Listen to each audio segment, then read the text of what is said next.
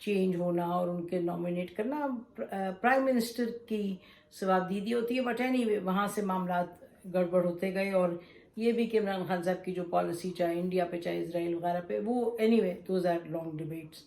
تو کہنے کا مطلب یہ ہے کہ جب عمران خان صاحب گئے ہیں ووٹ آف نو کانفیڈنس, جب ان کو وہ ہارے ہیں, اس میں فوج کا اس حد تک رول تھا کہ فوج نے اتحادی جو تھے عمران خان صاحب کے, ان کو یہ نہیں ان کا ہاتھ پکڑ کے کہا رک جاؤ مت دینا عمران خان کے خلاف ووٹ. بالکل انہوں نے نہیں کہا. اگر کہتے اور کہہ سکتے تھے تو پھر عمران خان نہ جاتے. تو یہ جو سارا کا سارا معاملہ ہے وہ پاکستان کے اندر ہی کا معاملہ ہے. تو امپورٹڈ گورنمنٹ, اس گورنمنٹ کو کہنا اس بالکل بات درست نہیں ہے, اس میں کوئی حقیقت نہیں ہے, اس میں کوئی سچ نہیں ہے. ٹھیک ہے. اچھا اب آ جائیں عمران خان صاحب پہ. اچھا عمران خان صاحب کے جب سے ججمنٹ آئی ہے تو یہ جو حکومت ہے وہ اس میں کافی انوالوڈ ہے. گورنمنٹ اور جو ان کے کولیشن میں پارٹنرز ہیں وہ جی کیا دیکھ رہے ہیں پریس کانفرنس میں, وہ کہتے ہیں جی انڈیا اور اسرائیل یہ تو ان کی جو ہے ان کے ایجنڈے کو بڑھا رہے ہیں, پاکستان کو تباہی لانے کی کوشش کریں پاکستان میں. تو کیونکہ عمران خان صاحب نے کہہ دیا کہ جی یہ سری لنکا جیسا بن جائے گا, پھر یہ کہا کہ پاکستان ٹوٹ جائے گا.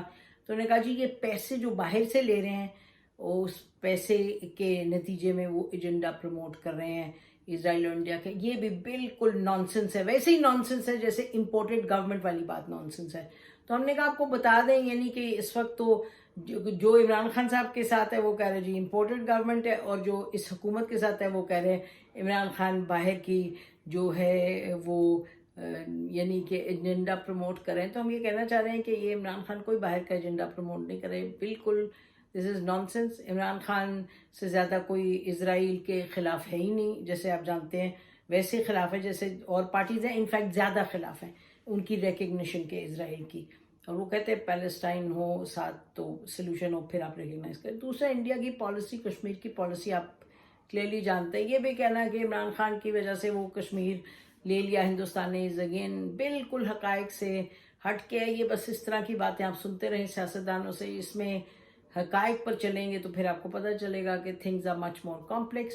تو Imran Khan certainly is not part of any grand conspiracy against Pakistan, as Nawaz Sharif and Shehbaz Sharif and the coalition was not part of any international conspiracy against Pakistan. وہ بھی جھوٹ, یہ بھی جھوٹ, بالکل جھوٹ. تو آپ کو یہ ہم نے کہا بتا دیں کہ ہماری ضرورت یہ ہے کہ جو پاکستان کے اندر ہو رہا ہے, جو سیاست کی نوعیت ہے جو کہ پاکستان پر جس کی وجہ سے پاکستانیوں کو نقصان ہوتا ہے, ملک کو نقصان ہوتا ہے, اس پر فوکس رکھیں, ان ایشوز پر فوکس رکھیں.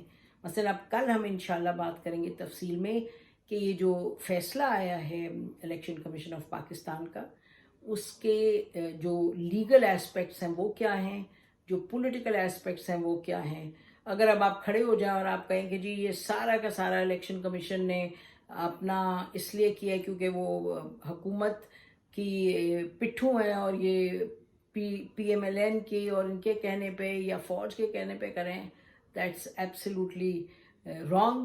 کیونکہ آپ دیکھیں گے اس میں کل ہم آپ سے بات کریں گے.